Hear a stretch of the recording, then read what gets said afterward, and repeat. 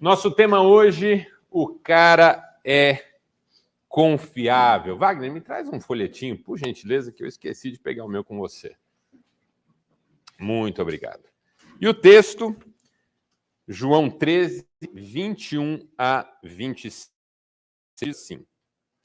Depois de dizer isso, Jesus perturbou-se em espírito e declarou: digo-lhes que certamente um de vocês me trairá. Seus discípulos olharam uns para os outros sem saber a quem ele se referia.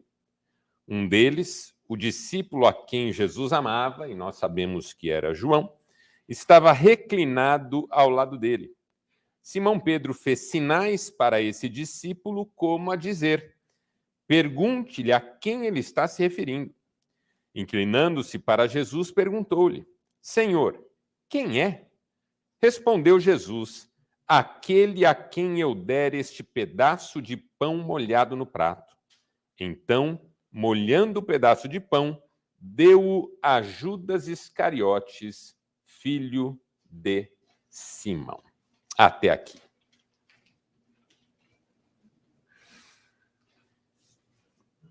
Um escritor muito interessante, que se notabilizou na história da literatura, foi um grego chamado Esopo, que é considerado o inventor de um gênero literário que nós conhecemos como fábula, a ponto de ter influenciado gente como La Fontaine, que é um dos maiores escritores de fábulas de todos os tempos. E Esopo, dentre as muitas fábulas que escreveu uma que é muito conhecida nossa, a chamada fábula do pastor mentiroso. Não é pastor evangélico, é pastor de ovelha. Tá bom, Ronaldo? Senão o cara já olha para mim meio assim, enviesado, né? Eu sabia. A fábula do pastor mentiroso conta de um pastorzinho que todos os dias levava o seu rebanho para determinada região, onde havia uma pequena aldeia, e entediado com a solidão e com a monotonia do seu trabalho, resolvia aplicar as suas artes, as suas peças. E um dia, para brincar com os aldeões, ele resolveu gritar o lobo. Lobo, lobo, lobo. E os aldeões se assustaram e foram socorrer o pastorzinho e o seu rebanho. E quando lá chegaram, o pastorzinho estava aqui se matando de dar risada, porque tinha enganado todo mundo. Aí, passados alguns dias, de novo, lobo, lobo, lobo. Você conhece a história. Os aldeões foram socorrer o pastorzinho e ele rindo de todo mundo, porque havia enganado todo mundo. Passado um tempo, o pastorzinho estava com o seu rebanho e apareceu um lobo de fato, que começou a atacar o rebanho. E o pastorzinho, desesperado, começou a gritar: o lobo, o lobo, o lobo. E cada aldeão, ouvindo o grito, dizia um para o outro: ah, ele não engana mais a gente. E aí, conta a fábula de Esopo que o lobo devorou todas as ovelhas daquele pastorzinho, que foi para casa, e quando chegou em casa, contou para sua família o que tinha acontecido, e a sua mãe então disse: isso é o que dá você mentir para as pessoas. Cedo ou tarde, ninguém acredita em você. Porque o mentiroso, e essa é a moral da história, o mentiroso é tido como mentiroso até quando fala a verdade. E isso é uma coisa interessante da gente pontuar. O mentiroso é tido como mentiroso até quando fala a verdade. Um dos grandes desafios que a gente tem na vida é o desafio da credibilidade. A credibilidade não é só uma questão de verdade, é uma questão de você ser associado a ela. O que tem credibilidade não é apenas o que fala a verdade, mas é o que está associado pelas outras pessoas à própria verdade. A pessoa que tem credibilidade é levada a sério até quando está brincando. Claro que se ela exagerar na dose, ela vai perder a credibilidade. Como eu digo há muitos anos, credibilidade é alguma coisa que você demora para construir, mas destrói rapidamente. Como tudo na vida, eu não sei se você já parou para observar que tudo na vida você constrói com dificuldade e destrói com facilidade. Para construir uma casa demora, para destruir uma casa é rápido. Para plantar uma árvore demora até que ela dê seus frutos. Para cortar uma árvore é rápido. Tendo o instrumento certo, minutos. Para você construir uma família demora, para você destruir uma família é rápido. Para você ter um casamento sólido demora. Para você destruir um casamento é rápido. Uma amizade forte demora para construir. Destruir uma amizade, rapidinho. Construir uma reputação, demora. Muitas vezes uma vida toda. Destruir uma reputação é um vídeo de internet. É uma postagem de rede social. É alguma coisa muito, muito rápida. Eu atendo muita gente há muitos anos. E uma vez eu atendi uma jovem, não era mais tão jovem, já era uma jovem senhora, que sofria profundamente por causa de um vídeo que tinha postado na internet fazia já uns 5, 6 anos. E ela sofria demais por causa daquele vídeo. Tinha tentado todas as formas recolher aquilo, impedir que aquilo se multiplicasse, mas virava e mexia, aquilo voltava para ela. É como você espalhar as penas de um travesseiro de cima de uma montanha. Recolher as penas é muito difícil. E a reputação dela ficou muito associada àquele vídeo. E eu me lembro de ver o sofrimento dela. E de como se ela pudesse voltar no tempo, ela não teria feito o que fez, mas não era mais possível. A gente pode deixar de fazer alguma coisa, mas a gente não pode refazer alguma coisa que foi feita. A gente pode até consertar um erro cometido, mas a gente não pode voltar no tempo para impedir que o erro aconteça.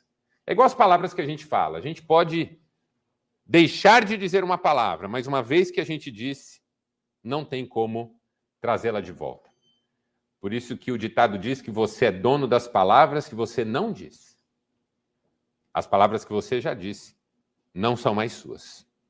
Então, reputação é alguma coisa muito cara na vida de uma pessoa, porque ela é difícil de construir e é fácil de destruir. Credibilidade é uma questão de reputação. Uma pessoa com credibilidade é uma pessoa confiável. E o texto que nós lemos é curioso, por quê? Porque apresenta João como esse cara confiável. Ele é da confiança de Jesus. E ele sabe que ele é da confiança de Jesus, e Pedro sabe que ele é da confiança de Jesus, porque a pergunta que Pedro quer que João faça, ele, Pedro, não tem coragem de fazer. Sabe quando você acha que uma pessoa tem mais moral com outra do que você? Rapaz, fala lá com ele. Ele vai ouvir. Às vezes você tem um amigo que está precisando muito de um favor, de um outro amigo que vocês têm em comum, e ele vem pedir para você ao invés de pedir para o amigo. Rapaz, fala com ele, porque ele vai atender. Se eu for lá pedir, talvez ele não queira me atender. O que esse amigo está dizendo para você? Você desfruta de uma reputação, de uma credibilidade maior que a minha em relação a esse nosso amigo. A gente fazia isso quando era criança, em relação aos primos, por exemplo. Meu pai era um homem muito verdadeiro em tudo que ele dizia. Então, quando meu pai dizia algo, você podia escrever que ele ia cumprir. Meu pai tinha credibilidade. Então, quando nós saímos de casa para ir num primo, por exemplo, morávamos em São Paulo, na Zona Oeste, a maioria dos primos na Zona Leste, tinha que atravessar o centro da cidade para chegar lá. Meu pai, saindo de casa, dizia para nós, se alguém pedir para dormir lá, vai apanhar quando chegar em casa. Era a fala dele. Festa acontecendo, 10 horas da noite, alguém dizia, ó, teu pai está chamando embora. Um primo endemoniado já falava. Dorme aqui. Não podemos, meu pai não deixa. Não, pede para ele. Não podemos nem pedir. Porque a frase era, se alguém pedir, quando chegar em casa vai apanhar. Aí, como os primos insistiam, nós usávamos esse recurso da reputação. Eu dizia para os meus primos, peçam para o seu pai pedir para o meu. Entendeu a lógica? Peçam para o seu pai pedir para o meu. Aí os meus primos desciam, se a gente estava no andar de cima, e falavam com o pai deles. Pai, pede para o tio deixar os meninos dormirem aqui. O meu tio, todo animado, porque nós éramos crianças muito legais, ia falar com meu pai. E meu pai dizia assim, hoje não. Aí meu tio fala, não, mas eles estão brincando. Hoje não. Meu tio, que conhecia meu pai, já calava. Mas os primos entravam. Não, tio, deixa, meu pai, hoje não. Aí a gente não aguentava e entrava. Ô pai, deixa. Quando a gente falava isso, meu pai falava assim, em casa a gente conversa. Nós sabíamos o que isso significava. Nós éramos em 3, morávamos a 50 minutos do lugar. E íamos o caminho inteiro sabendo que estávamos destinados como ovelhas para o matadouro.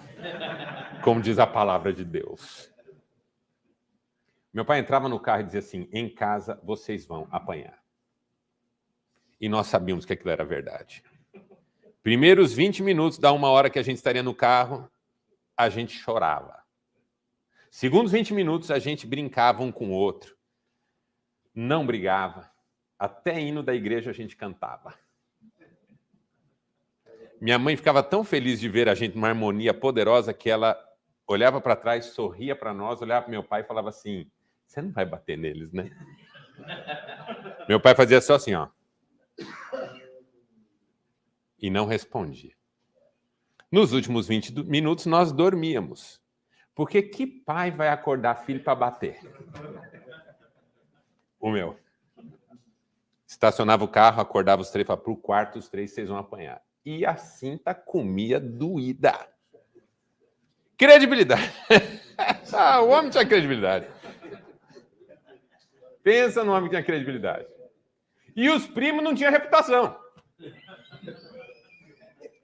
Porque eles pediram e não resolvia nada. Brincadeira à parte, tem gente que tem isso até no campo da fé. Quando eu era pastor, eu cansei de ouvir gente falando, pastor, ora você por mim que Deus te atende. E eu falei, irmão, se Deus não gosta de você, não adianta eu pedir. Por isso que eu não sou mais pastor, é por essas e outras. Brincadeira à parte de novo. Tem muita gente que acha isso, que é uma questão de reputação, aproximação de Deus. E há pessoas que são como Pedro. Não sentem que têm reputação suficiente. Não sentem que são confiáveis o suficiente. Não sentem que têm credibilidade o suficiente.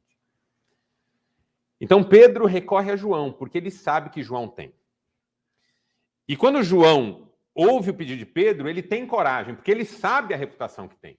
E quando Jesus ouve a pergunta de Pedro, responde, porque sabe... a pergunta de João, responde, porque sabe quem João é. Então, quando eu digo que João é o cara, é porque dentre as características de João, João é confiável. João tem credibilidade.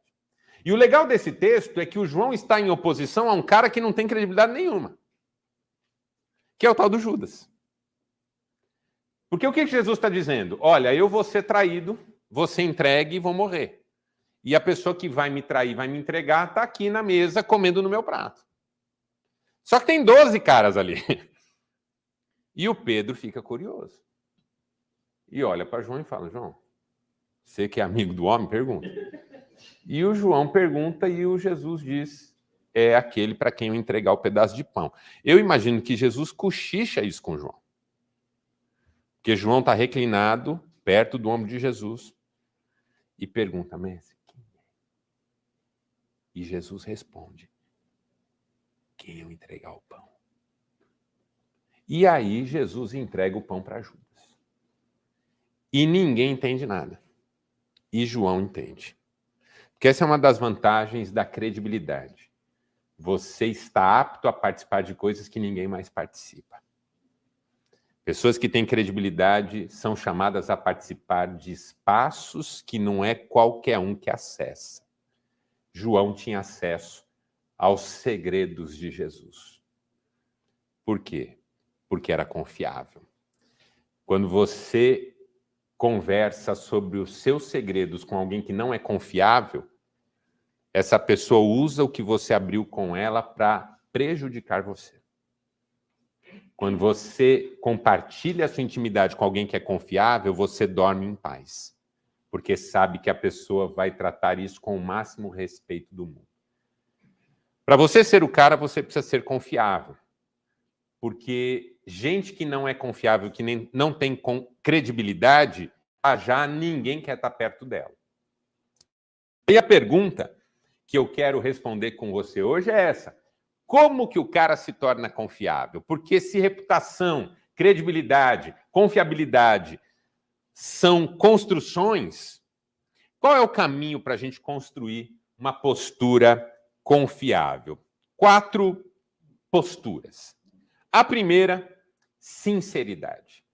É o primeiro passo na construção da confiabilidade, da credibilidade. Sinceridade.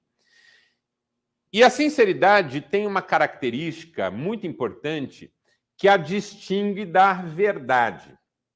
Não que a sinceridade seja diferente da verdade porque é de outro patamar ou é de outra ordem, mas porque a sinceridade, de certa maneira, ultrapassa a própria questão da verdade, uma vez que inclui as motivações de alguém. Vou explicar isso melhor. Eu posso dizer uma verdade para você, que é absolutamente verdadeira, mas fazer isso com intenção ruim. Concorda? Por exemplo, o marido que diz para a esposa: tá gorda, hein? Eu sei que é verdade, irmão, mas que tipo de demônio se apoderou de você? Você fazer uma estupidez dessa?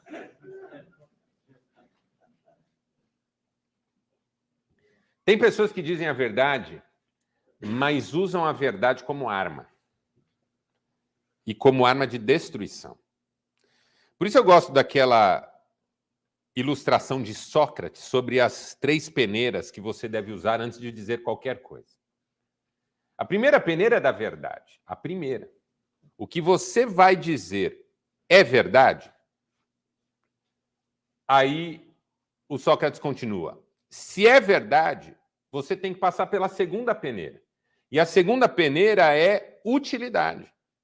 Ok, é verdade o que você vai dizer, mas a pessoa precisa disso que você vai dizer.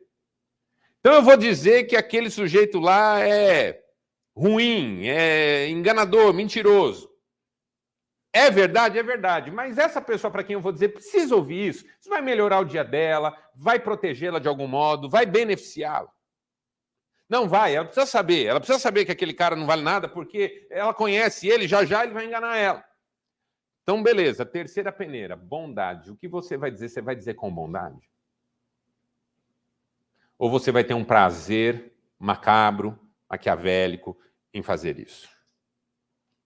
Claro que é muito difícil a gente passar tudo que a gente fala pelas 3 peneiras. A maioria de nós não passa em nenhuma. Eu vou falar porque eu quero, tá bom.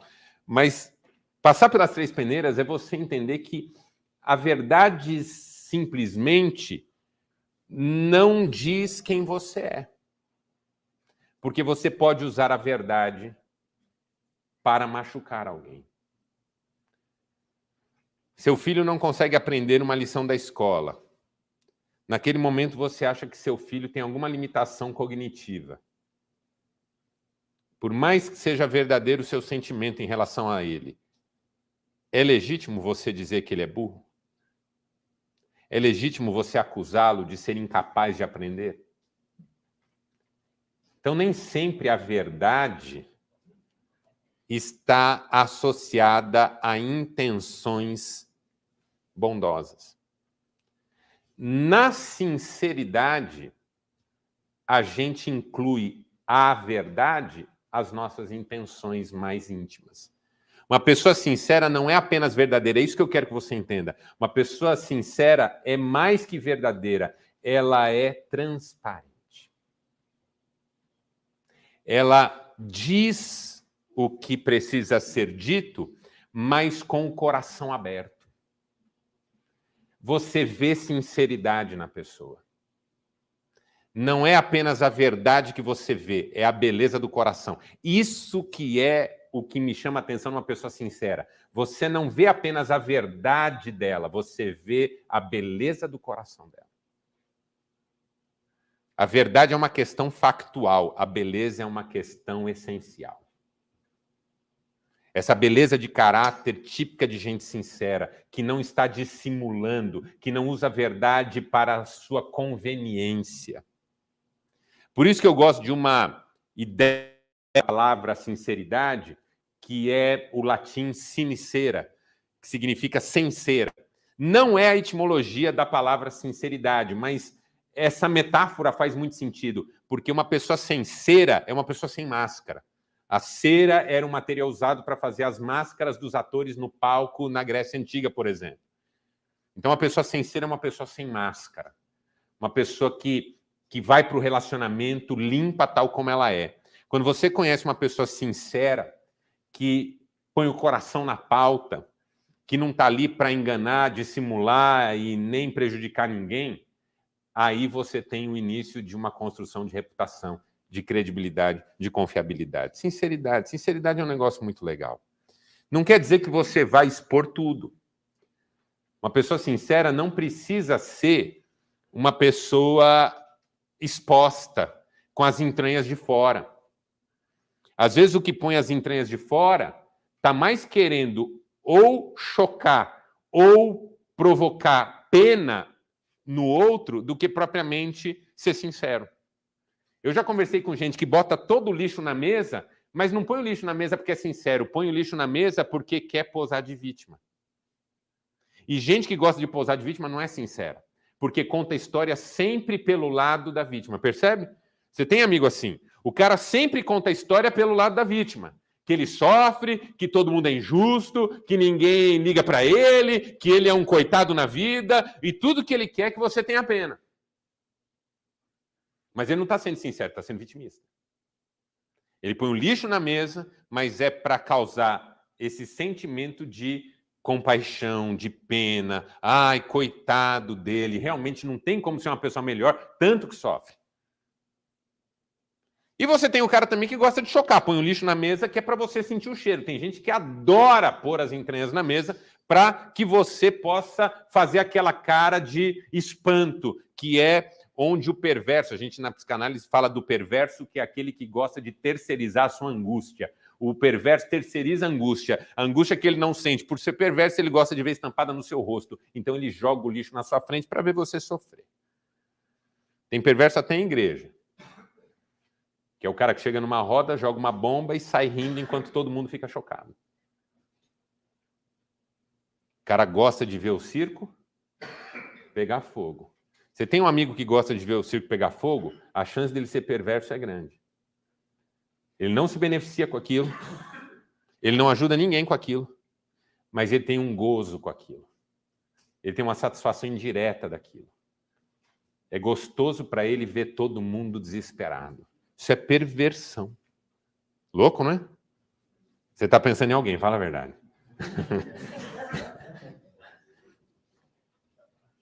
A questão da sinceridade não é sobre você falar tudo que te vem à mente. Uma vez eu estava conversando com uma pessoa, ela falou assim, não, porque eu sou muito transparente, eu falo mesmo. E eu disse, você não é transparente. Você é sem noção. Porque o que é uma pessoa transparente? O que é algo transparente? Algo transparente é algo que você vê através. Então, se eu tiver aqui um vidro transparente, você vai me ver e o vidro pouco ou nada vai chamar a sua atenção. Quando um líder é transparente, você vê através dele para onde ele está apontando. Por exemplo, um líder espiritual, se ele é transparente, você olha para ele e enxerga Jesus. E enxerga o caráter de Deus. Agora, esses caras que falam o que pensa, que joga tudo na mesa, que não quer saber de nada, eu falo mesmo, eu sou desse jeito, quer estar comigo, tem que me entender que eu sou assim. Esse cara não é transparente, porque você não enxerga através dele, você só enxerga ele. O cara não consegue mostrar o que está para além dele, ele só consegue mostrar a sujeira dele. É como se o vidro aqui na minha frente estivesse todo sujo. Então eu falo para algumas pessoas que dizem eu sou transparente porque eu falo o que eu penso. Você não é transparente, você é turvo. Quando a água é transparente, você vê o fundo do rio. Quando a água é turva, você só vê a sujeira que está nela. Cuidado quando você acha que é transparente, mas você só é o cara que chacoalha a água e a poeira sobe.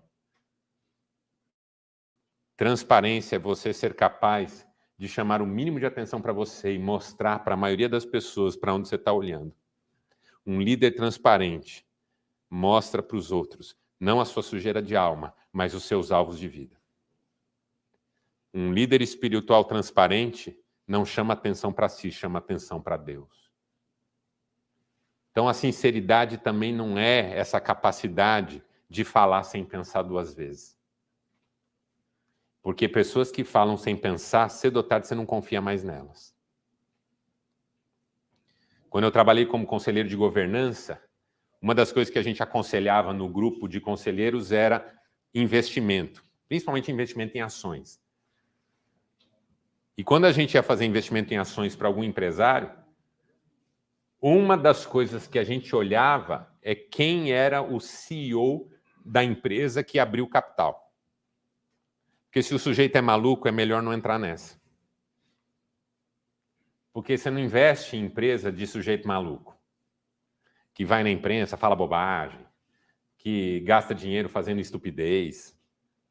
Você tem que entender quem que é que faz a gestão de uma empresa para entender se ela vale a pena investir. Não é sobre os números que ela produz, é sobre a pessoa que está por trás ou sobre as pessoas que estão por trás.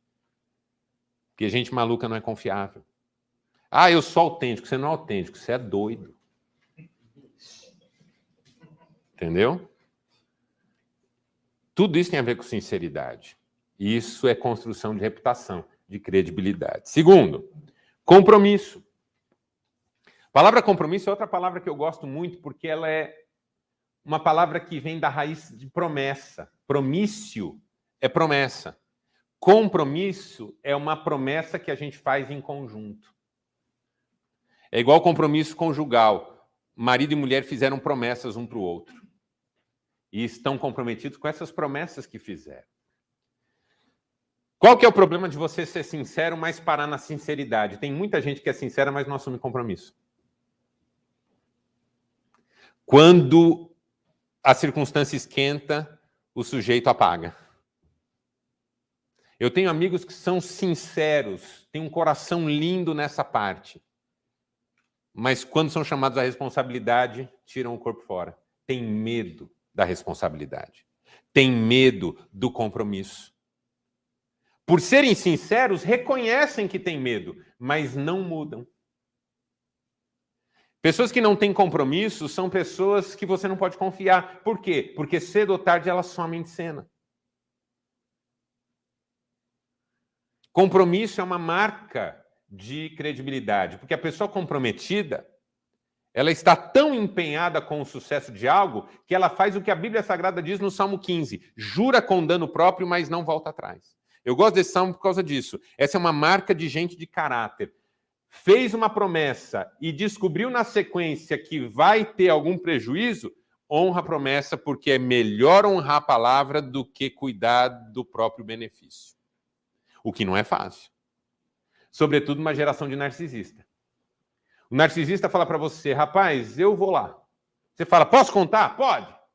Olá, hein? Vou comprar para você a entrada. Pode comprar. Aí aumenta o preço da gasolina e ele não vai. Aí você fala, escuta, você não foi, fiquei te esperando. Ah, aumentou o preço da gasolina, rapaz. Você tem que entender. O narcisista, no conflito de desejos, ele sempre fica com o dele. Pode ver. Como é que você reconhece um narcisista? Dentre outras coisas, porque tem várias formas de reconhecer narcisista. Por exemplo, infantilidade. Todo narcisista, quando entra no embate, parece uma criança argumentando. E a hora que não consegue mais argumentar, começa a agredir, fazer ofensa, igual criança. Criança tá lá, me dá, é meu, não, eu quero, não sei o quê. Quando a criança não sabe mesmo o que falar, fala assim, feio,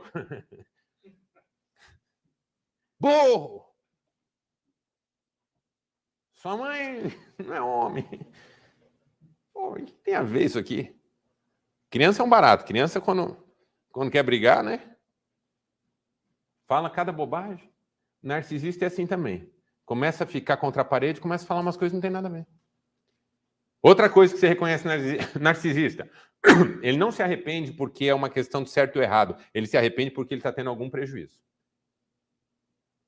O marido narcisista que trai a esposa, ele não mudar porque é errado trair a esposa. Ele quer mudar porque a esposa descobriu e está querendo largar dele. Aí ele quer mudar. Mas se ela topar e acreditar que ele mudou, é capaz dele voltar a fazer tudo de novo de boa, porque o desejo dele sempre vence. E outra coisa sobre o narcisista é isso. Quando tem dois desejos na pauta, é o dele que tem que vencer. Não importa qual a qualidade do desejo. O narcisista diz assim, vamos tomar sorvete? Aí todo mundo fala, não, mas vamos comer cachorro quente primeiro. Pronto. Ele vai lutar até o último instante porque quer tomar sorvete, porque é o desejo dele. Aí você fala, pô, da outra vez nós temos o seu, vamos fazer o meu hoje. Não, mas o meu hoje de novo. Se você pensou no perverso e no narcisista e é a mesma pessoa, sai fora desse relacionamento, pelo amor de Deus. Mas brincando e falando sério, o problema do narcisismo da nossa geração, de cada um só pensar no próprio desejo, é que ninguém mais está honrando o compromisso. As pessoas fazem promessas que elas não estão dispostas a cumprir, então ninguém está mais acreditando em ninguém. É triste isso. O que a gente fala sobre os nossos políticos, por exemplo? Que prometem o que não vão cumprir. A gente já fala isso de saída, não precisa nem ouvir o que o cara está prometendo, a gente já sai de saída que não vai cumprir. É a marca de uma geração em que cada um só está movido pelo próprio desejo e o próprio interesse. Aí a credibilidade também fica comprometida. Tem uma frase do James Hunter, que escreveu um dos best-sellers recentes, chamado Monge Executivo, vários aqui devem ter lido, e ele usa uma ilustração muito legal quando ele diz assim, se você quer saber a diferença entre compromisso e envolvimento, lembre-se de bacon com ovos. Quando você for comer bacon com ovos, saiba que a galinha estava envolvida, mas o porco estava comprometido. É mais ou menos essa questão do compromisso. Terceiro, fidelidade. Para a gente ser confiável, a gente tem que ser fiel. A fidelidade é uma marca de caráter. Eu escrevi um livro já há muitos anos chamado Sabedoria para Viver e Ser Feliz. E eu tenho um capítulo nesse livro sobre fidelidade. É um pequeno capítulo, né? O livro na verdade, são aforismos, né? São pequenas crônicas, são insights. Então, são várias ideias assim trabalhadas ao longo do livro. E uma das colunas, né? Um dos textos é sobre fidelidade. Eu digo nesse texto que a fidelidade ela tem que se mostrar em relação aos 3 Ds que atentam contra a fidelidade. D de dado. O D da dificuldade.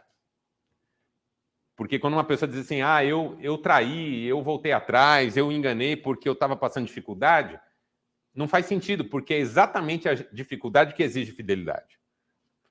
Ninguém precisa ser fiel na bonança, quando tudo vai bem. Fidelidade, quando tudo está bem, não é muito diferente de conveniência. Pô, estou casado com a minha mulher é linda, bonita, bem arrumada, feliz, sorridente, me trata bem pra caramba. Não traí-la é uma questão de bom senso. Agora, tá na menopausa, nós estamos passando problema financeiro, brigando um dia sim, outro também. Não trair é uma questão de fidelidade. Eu tenho um amigo que é casado com uma mulher muito bonita também, assim como eu, e um dia eu falei para ele brincando, né? Que a mulher dele também é querida, super divertida. Aí eu falei para ele, né? Falei, rapaz, quando a gente chegar no céu, não me invente de dizer, quando o anjo perguntar, por que você acha que você pode morar aqui? Não invente de dizer, eu fui fiel à minha mulher a vida inteira, porque no nosso caso não é vantagem. Nós feios desse jeito, com umas mulheres bonitas dessa, ser fiel é uma questão de juízo, cara. Entendeu? Se eu falo pro anjo assim, anjo, nunca traí minha mulher, ele vai olhar e falar assim, e com quem você o faria? Nunca ninguém quis ter nada comigo a não ser ela. Né, Ronaldo? Não sabe, né? Então, a fidelidade supera a dificuldade. O outro D da fidelidade é desejo. Porque é claro que nós temos desejos. A fidelidade enfrenta a verdade do desejo. Nem sempre o desejo é realizável, porque às vezes eu tenho compromissos assumidos. E uma vez que o compromisso é assumido, ele é mantido em fidelidade. Contra as tentações do desejo. E o D, a decepção. Que às vezes a gente se dá o direito de ser infiel porque acha que o outro merece. Mas aí, se é o outro, não sou eu, não é o meu caráter. Se é o outro quem determina o meu comportamento, a minha conduta, não é mais sobre mim, é sobre o outro. Então, fidelidade é uma marca de gente com credibilidade. Isso quer dizer que eu tenho que ser fiel para sempre, mesmo que o outro me destrua? Não. Essa é a diferença, isso aqui é muito importante você entender. É a diferença entre fidelidade e lealdade. Lealdade, você morre junto com quem está te matando. Fidelidade é suficientemente forte, inclusive, para eu dizer, você está errado. E eu não sigo ao seu lado se você continuar fazendo isso. Eu falo que uma das coisas mais perigosas da história humana é a tal da lealdade. Não é ruim, mas é perigosa. Porque a lealdade ao mal significa estar do lado de Hitler enquanto Hitler mata a gente. Lealdade à pessoa má significa cair junto com o diabo do céu. Lealdade ao mal significa você participar da conveniência do outro, mesmo isso atentando contra os seus valores. Ser conivente por lealdade é uma falha de caráter. O fiel não é necessariamente leal, porque o fiel é corajoso o suficiente para dizer que você está errado e nisso eu não posso compactuar com você. Por isso a cultura da lealdade não me pega. Tem uma cultura na igreja evangélica da lealdade. Essa cultura da lealdade tem que tomar cuidado. Se o meu líder está errado, eu não lhe sou leal. Porque eu sou chamado a ser fiel a Deus. E gente fiel a Deus não é leal com quem está errado. Entendeu a diferença? Lealdade tem que estar a serviço da fidelidade e não a fidelidade a serviço da lealdade. Aí a lealdade está no lugar certo. Eu posso ser leal se a minha lealdade estiver a serviço da fidelidade. O contrário é perigosíssimo e pode ser destrutivo. E por último, reciprocidade. Como é que uma pessoa desenvolve credibilidade? Com reciprocidade, ou seja, justiça na relação, equilíbrio na relação entre dar e receber. Porque a gente sempre desconfia de gente que entrega demais. Sim ou não? Eu faço aconselhamento há muitos anos, sou psicanalista há anos já. Quando eu me deparo com relacionamentos desequilibrados no dar e no receber, eu sei que ali vai ter problema no curto prazo. Quando o marido diz assim para mim, minha mulher é uma santa, eu tenho certeza que se ele não está traindo ela, vai trair já já. Por quê? Porque ninguém está apto a ser casado com uma santa. Quanto mais o cara idolatra a mulher dele, mais distante dela ele fica. E mais ele vai chafurdar na lama em que ele se vê. Nossa, minha mulher é perfeita. E você? Não, eu não valho nada. Então, onde é que você frequenta e onde é que ela está? Porque esse desequilíbrio na relação é nocivo. A gente tem que construir coisas juntas, reciprocamente. Minha mulher não é santa e também não é o problema. Eu não sou santo e também não sou o problema. A gente está construindo. Eu tenho os meus acertos, ela tem os acertos dela. Eu tenho os meus erros, ela tem os erros dela. Se a gente não tiver maturidade para entender que nós estamos vivendo uma relação de reciprocidade, já já um está punindo o outro inconscientemente. Minha mulher é maravilhosa, mas não é uma santa. Eu sou um cara bacana pra caramba, mas não sou um santo. Para começar, sou corintiano. O que já detona a minha credibilidade. Já tem uns caras que falaram, não, põe outro para falar no lugar dele, tá tudo errado. Reciprocidade na relação com o cônjuge, com os amigos. Ninguém pode ficar nesse lugar em que só entrega para alguém que só recebe. tem alguma motivação errada aí. A mulher que só entrega para um marido que só recebe, ela está tentando, na verdade, resolver um problema com um pai ausente no psiquismo dela, que ela se culpa por causa dessa ausência. Essa relação não é saudável. Toda relação saudável é uma troca.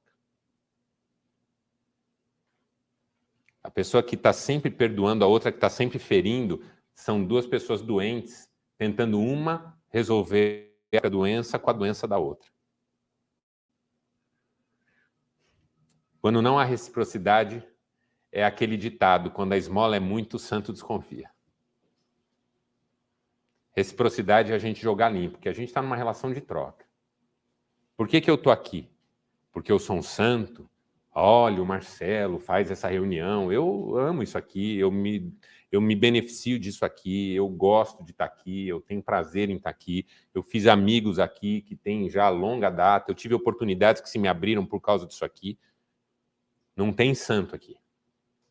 Nem aqui, nem aí. Nós estamos fazendo uma troca. Eu gosto de uma frase de Lutero que dizia assim: quem ouve a palavra de Deus também ajuda quem fala a palavra de Deus, porque que seria de quem fala se não houvesse quem ouve? Então é uma troca. Por isso que eu não gosto quando a pessoa diz assim, não, porque eu faço um monte, eu tenho um coração bom, eu ajudo todo mundo. Não é verdade. Se você deu um cheque para um mendigo, mas tirou foto e botou no seu Facebook, foi uma troca. Entendeu? E se você mostrou o valor do cheque, então, você foi mais beneficiado que o mendigo. Então, a reciprocidade é você entender que o que você dá, você também recebe. Que você não é melhor do que ninguém. Gente com credibilidade é gente que sabe que não é melhor do que ninguém. E que faz o que faz porque está construindo. Eu faço o que eu faço porque eu estou construindo. Um dia perguntaram para Sêneca, por que você dá aos pobres? Ele falou, eu dou para que não se perca.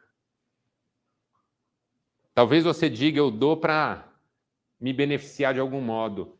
E eu posso dizer, eu dou para que não se perca, porque tudo que eu dei para alguém é meu para sempre. Olha que raciocínio bonito. Se um dia eu dei um dinheiro para o Ronaldo, o Ronaldo Beraldo não está aqui hoje, tá? Então eu vou ter que encarnar no você. Se eu dou um dinheiro para o Ronaldo, esse dinheiro que eu dei para o Ronaldo, se eu não tivesse dado, em uma semana no meu bolso também não estaria mais. Teria gasto com alguma coisa. Mas porque eu dei para o Ronaldo, isso nunca mais se perde. Porque daqui a 20 anos o Ronaldo vai me dar um abraço e vai lembrar do dia que eu fui uma bênção na vida dele. Então eu também ganho com isso. Por isso, a solidariedade não é uma questão de abnegação. A solidariedade é uma questão de você construir uma vida melhor para o outro, mas também um caráter melhor para você mesmo. Por isso que a Bíblia Sagrada diz que no Senhor o nosso trabalho não é em vão, porque se tem alguém que vai recompensar o que a gente faz é Deus. Então, pessoal, esses são os 4 passos iniciais da credibilidade. Sinceridade, compromisso, fidelidade e reciprocidade. E a dica de sabedoria de hoje é do Honoré de Balzac, uma frase bem balzaquiana, que diz o seguinte: é preciso zelar mais pela palavra que pela fortuna, pois zelar pela palavra leva a fortuna, mas nenhuma fortuna paga a mancha feita à consciência por uma palavra não cumprida. Vamos ficar em pé e vamos encerrar com uma oração.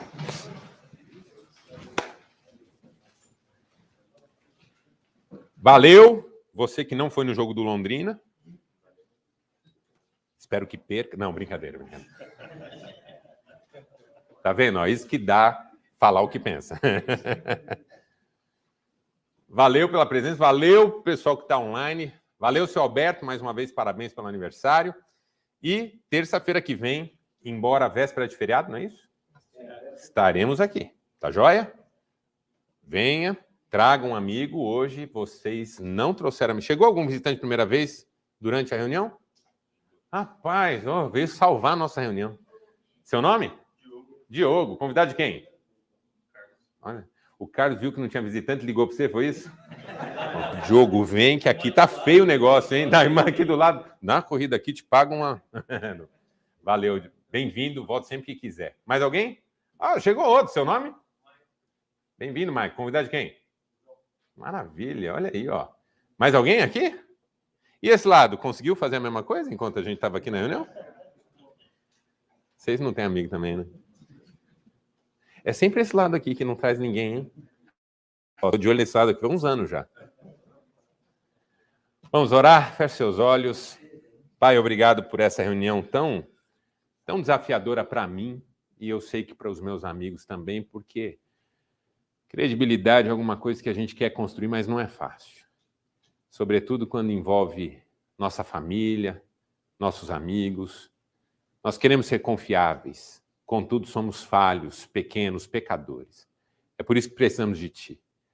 Porque onde a nossa força não alcança, o Senhor nos ajuda. Que a Tua credibilidade possa ser compartilhada conosco, que o Teu caráter molde o nosso, para que as nossas relações sejam abençoadas, construtivas e frutíferas. É a minha oração em nome de Cristo. Amém. Valeu, pessoal. Bom descanso. Até terça-feira que vem, se Deus quiser. Valeu, tchau.